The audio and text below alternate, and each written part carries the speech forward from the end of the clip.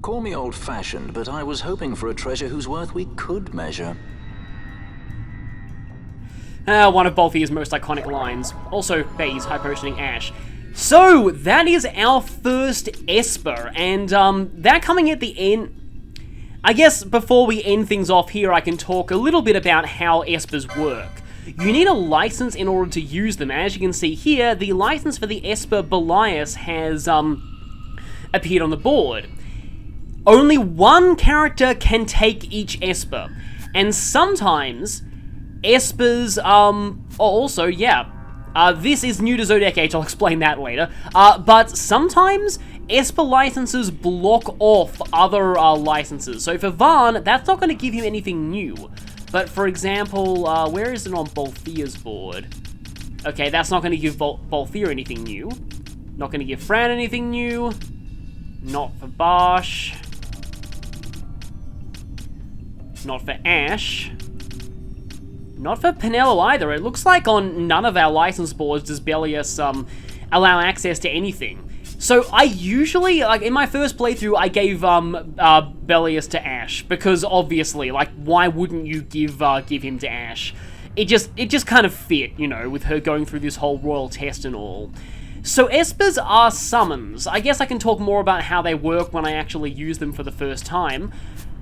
But it's important to note that they got buffed very significantly in Zodiac Age from what I've heard.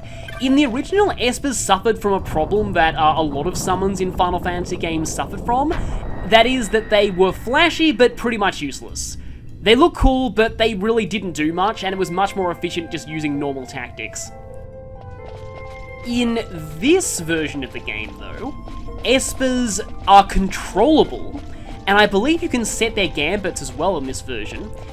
They pierce Reflect as standard, and they also have vastly increased stats. They had moveset overhauls, so I'm looking forward to trying out Belias, not really sure how he's supposed to be pronounced, but read the inscription. By this return ye to the Hall of the Destroyer, by other means return ye to this place. In other words, this is one way.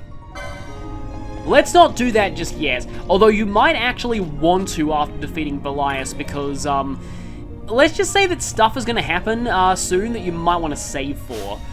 But I'm just going to quickly look up to see if any significant classes get anything good out of Belias. Okay, he only allows access to new licenses for 3 classes: Foebreaker, who gets Horology, Knight, who gets Potion Law 1, and Samurai, who gets Libra. None of those are particularly great. I think, like, Horology is the best one out of them, so I really don't care who gets Belias at this point, which means he's going to Ash just like he did in my first playthrough. Oh, of course, I actually need to get one of the licenses that's next to him first. So you confirm your new board. Well, okay, so this too I guess I can talk about while I'm here. This is new to Zodiac Age. In this version of the game, you get to pick a second license board once you've defeated Belias. And Ash, I was just, like, there was no choice here. I was going to make Ash secondary White Mage, I think, because I'm thinking actually of someone else of Bushi now, so I'm going to choose White Mage for her as her second class. That's why I saved up some LP as well. And with this, I can press the X button to toggle between the 2 boards. Only one character can attain. Let's get Belias. So now Ash has his powers. So for Penelo, this one is also one of the no question things. I'll take that.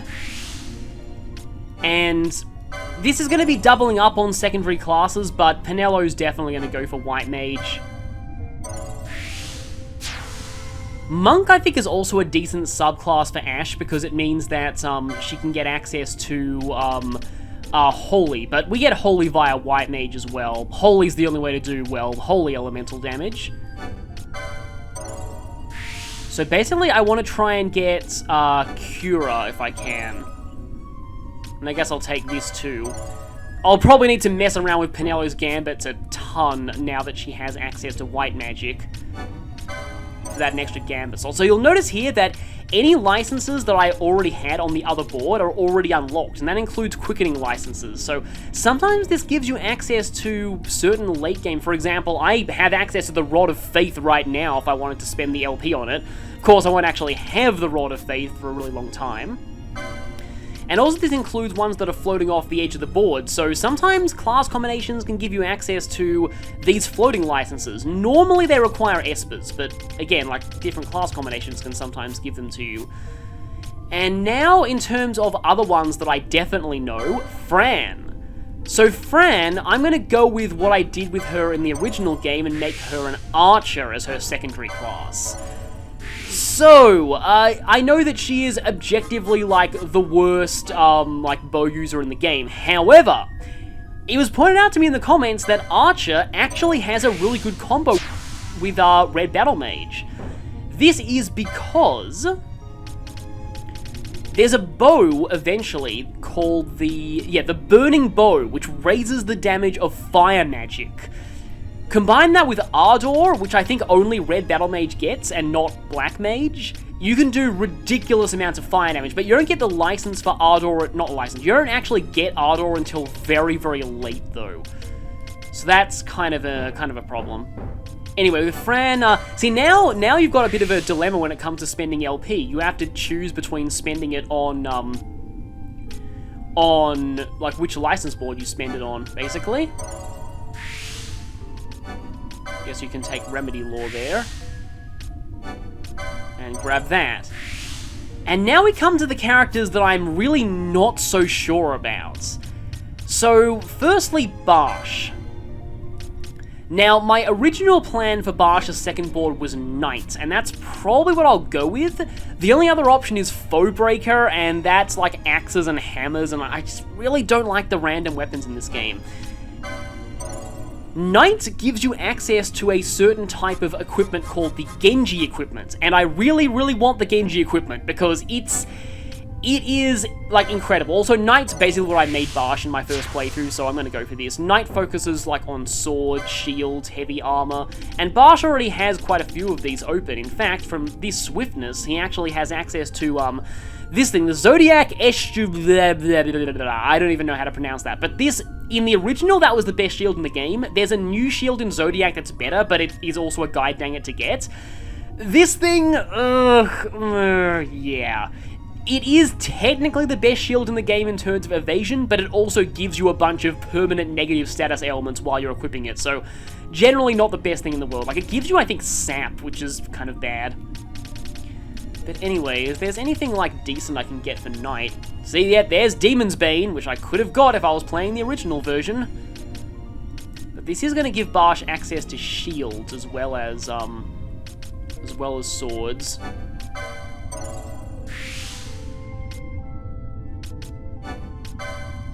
Shields 3 covers the types of shields that we mostly have access to at this point. Grab Shield Block. And Adrenaline. Yeah, here it is, Genji Armor. The Genji gloves in particular are great because they boost the chances of multi-attacking. And it's for that reason that I have a bit of an interesting idea with Vaan here. So originally my plan with Vaan was to go for Monk, because I have no one who can use poles. Here's the thing though, Monk still only, like, gets light armor licenses, which are ones that Vaan already has access to, but if I were to go for Bushi, Bushi gives him access to mystic armor if I wanted to, for some reason, like, use some kind of magic on him. But it also gives the Genji armor, and Genji armor is great on daggers, because daggers have a naturally high combo attack rate. So I'm kind of thinking of going for Bushi on Vaan. It might also make use of him having the highest magic of the male characters. So let's go. Monk and Foebreaker are the only two classes that I haven't given to anyone yet. The double up on White Mage means that I am gonna miss out on at least one, but it's probably fine. So I think didn't we find? Yeah, we found some samurai swords, so maybe I can actually switch Vaan over to using those if I want to change from knives. Definitely take another swiftness. Oh, actually no, Magic Law would affect katanas because it's just a flat +1 magic. So I'll take some of those. Katanas are two-handed though, so it means that Vaan will have to give up his shields for that.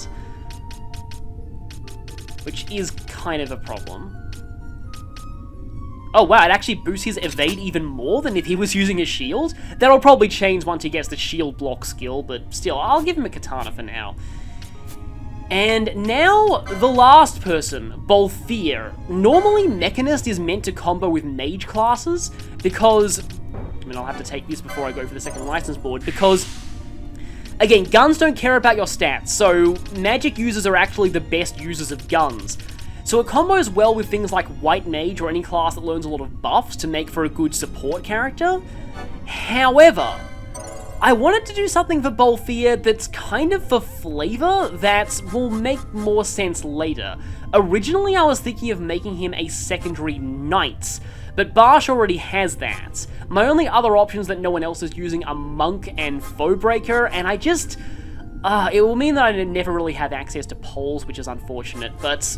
and I'd rather give up axes than give up poles, but on the other hand... Foebreaker also gets the Genji equipment. Like, it's in fact right there. You just need a swiftness license for another board to get it. And, yeah, axes and hammers, it also gives heavy armor. So, I mean, I suppose if I wanted to keep him using guns, I don't even need to, like, have him use axes at all. But, of course, Knight will just give better weapons in general. Knight also gives him heavy armor, as well, and the Genji armor. Also shields. I mean, it is somewhat redundant with Barsh, but on the other hand, like, I don't like axes and hammers, so giving them up is not really my... I was originally going to go with Knight for Bolthir's secondary option, and I know Barsh is using that too, but... you know what? I'm going to do this. This does mean that I'm losing out on 2 classes, but I think this is what I'm going to go with in the end. So there we go, everyone's secondary classes are chosen.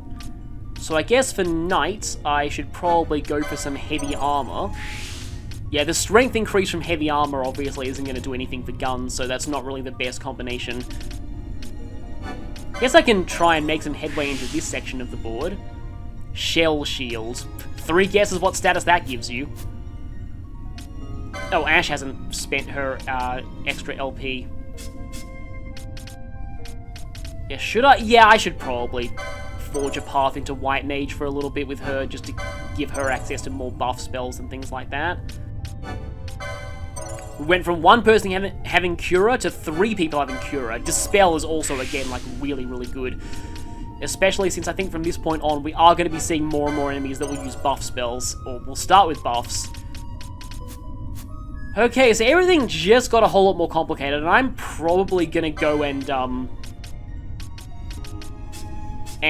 oh, I guess I'll keep her in the party until I get a chance to demo Velias, but yeah, I'm gonna obviously mess around with Gambits a lot off screen.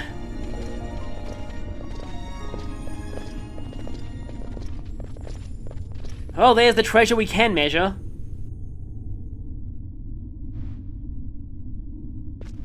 What's wrong? Your Majesty, we must go.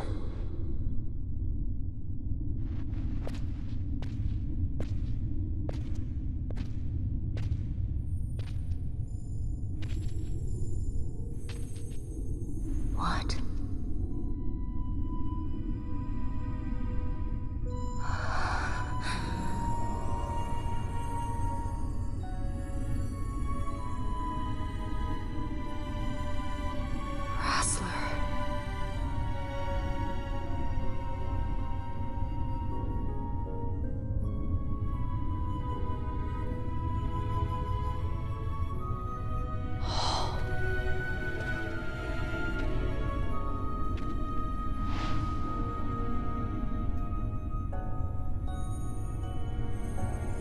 Looks like only Ash and Vaan can see him.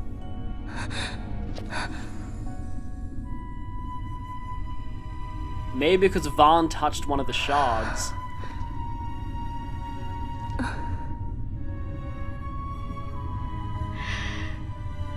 will be avenged.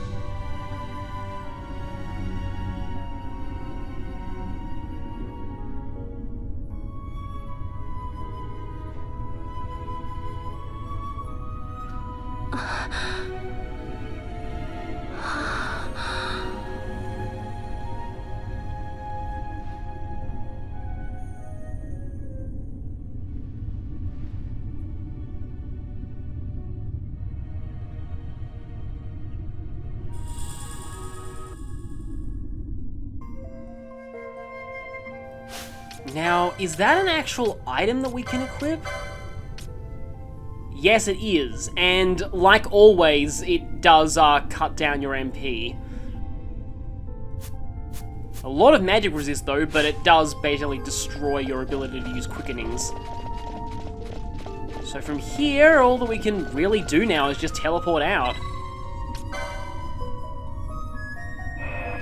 No real risk to using the one-use teleporter now.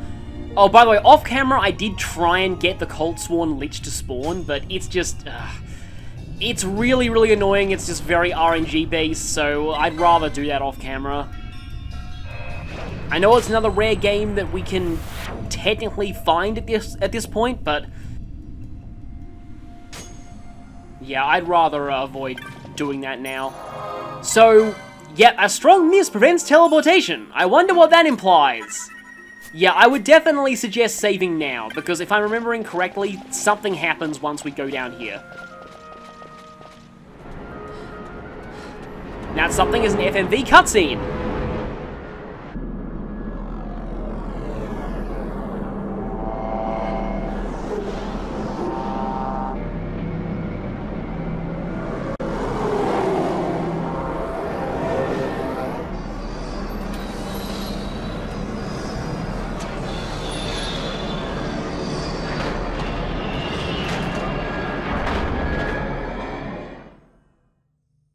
Well, it took us a while to get here. It makes sense they'd have time to find us. Such a tremendous honor to again be graced with your presence, Majesty. You left us with such great dispatch upon our last encounter that I must confess I had begun to worry that we may have given your Majesty some cause for offense. Such a heartfelt display of remorse. Now what is it you want? I want you to give me the Nethicite. The Nethicite? That is a base imitation. We seek Wraithwald's legacy, the ancient relics of the Dynast King. Day-affected Nethicite. Did you not tell them, Captain Azalus? Majesty, he speaks of the Dawn Shard. That is the Nethicite. Are you mad, Vossler? If we are to save Dalmasca, we must accept the truth. I will fight this profitless battle no more. Captain Azalus has struck a wise bargain. In return for the Dawn Shard, the Empire will permit Lady Ashe to reclaim her throne, and the Kingdom of Dalmasca will be restored. Think on it. An entire kingdom for a stone. You must admit, 'tis more than a fair exchange. And when all is said and done, your master will have another pet. Lady Ashe, let us take him for the people of Dalmasca. Your Majesty wallows in indecision on peril of their heads. And his shall be the first to fall. Well, at least your sword is to the point.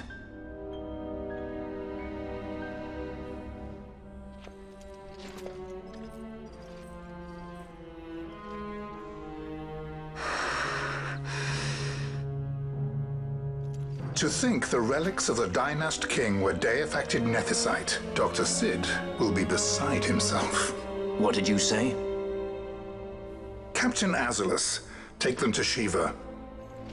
They should have leave to return to Rabanasta soon.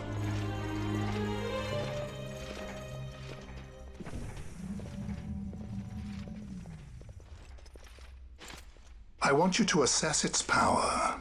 Did our orders not specify that we return the stone for testing? I will not chance returning with a stone that is yet unproven. Okay, hopefully he doesn't plan to test it on some city or something. Because that's what I feel they want these things for. There's really only one reason they want magical stones that are that powerful. They definitely plan to weaponize them, especially if they're sending them to Dr. Sid for study. So, yeah, he was gracious enough to offer Ash her kingdom back as a trade. On the other hand, though... maybe with them getting their hands on this, it could cause the destruction of several more kingdoms. When we return to Dalmasca, we can announce that you are alive and well. I will then continue our negotiations with the Empire. I believe Lars has the key. He'll listen to us. We should trust him. Who are you, Vossler, to talk of trust? The son of Dalmasca.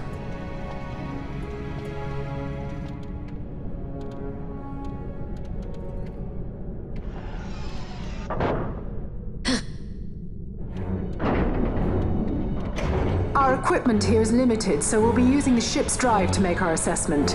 Once we've connected the stone, the reaction should be easily measured. Methods do not interest me, only results.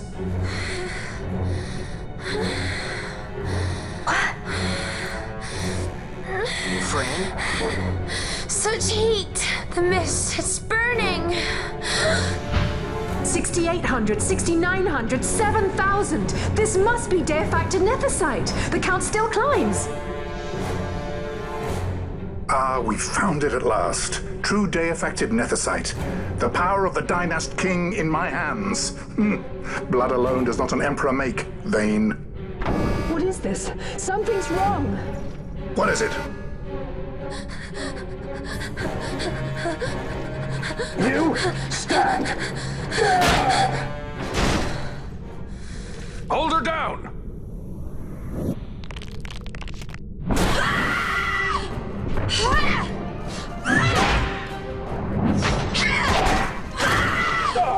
What's wrong with her? I always knew Fran didn't take well to being tied up. I just never knew how much. How about you? I like Fran's idea. Let's get out of here. No farther! Sky Pirates, the future of Dalmasca will not be stolen.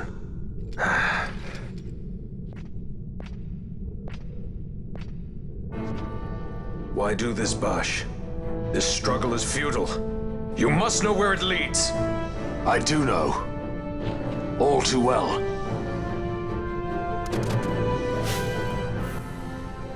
And so we're fighting against Vossler here. Yep, he betrayed us, but for sort of morally grey reasons. Also, Fran has permanent berserk status in this fight. And I think it's something a little bit more than just detesting being tied up. I think something to do with the mist is going wrong here. Guess we can use, Bolfir, but I will switch over to... and his gun looks different too. Playing as Barsh for this, obviously. So I've mentioned Berserk before, but the way it works is your attack charge time and damage is drastically increased, but but you can't control the character at all. It is a very good thing to cast on your physical attackers, though. Let's see if I can finish off this guy. Well, Fran did for me. Okay, on to Vossler himself, and he does have Shell and Haste active. Bolfir is currently not targeted, so I can actually swap, I think I'll swap Ash in because it's a bit more fitting. I really just wanted anyone with Dispel here. Let's see if we can get rid of those buffs. Okay, oh, I think, did he just reflect himself? He begins casting Reflect. That's interesting. So, you might have been wondering why there were, like, when you press Mist, like, there was a second menu. If, like, Quickening was the only thing we could do with Mist. Well, no. There's one more thing we can do with Mist. Let's show this guy the power that we just, well, that he helped us find.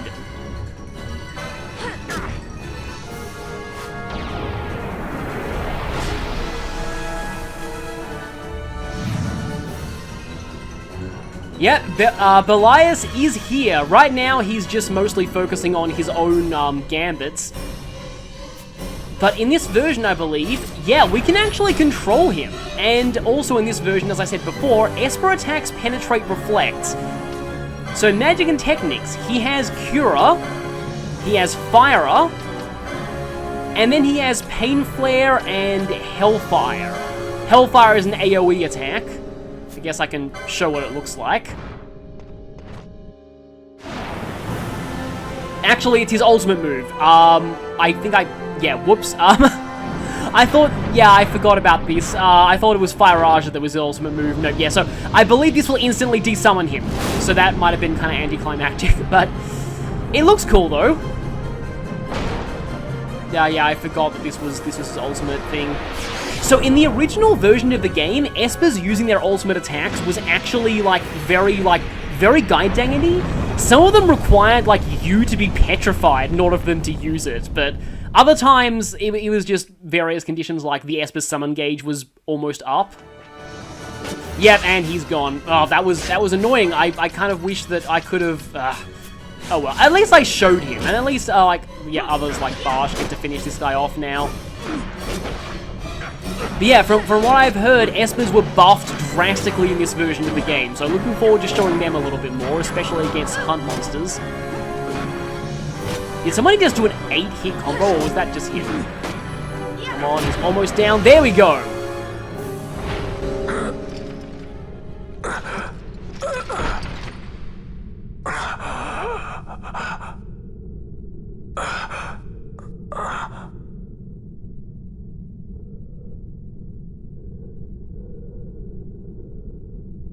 Engine power falling rapidly. Each negative, impossible. Engine room, this is the bridge. Report. What are they doing down there? Happened? The Nemesis draining the ship's power! Disengage it at once. I want that number 3 unit sealed. Let me in out.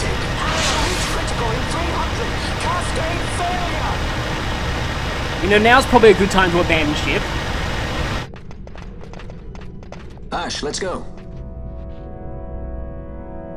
All I have done, I've ever thought of Dalmasca first. I know you do. I would ne'er gainsay your loyalty. Look on what my haste has wrought. Did I act too quick? Or was your return too late? I can serve her no more. You must take up my charge.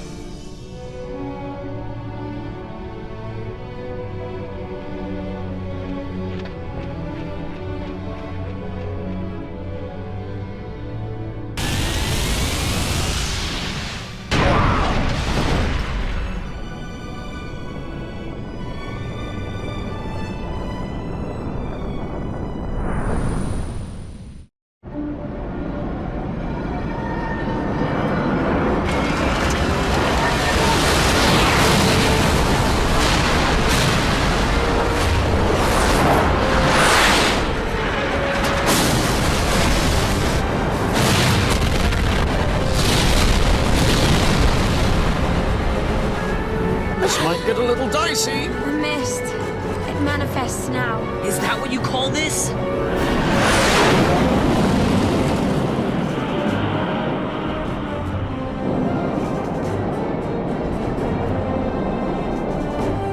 What's that?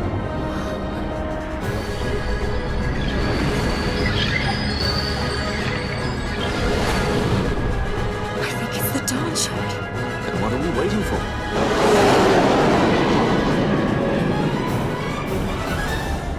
And that is why you don't test a dangerous, high-powered magical artifact by sticking it in your ship's engine.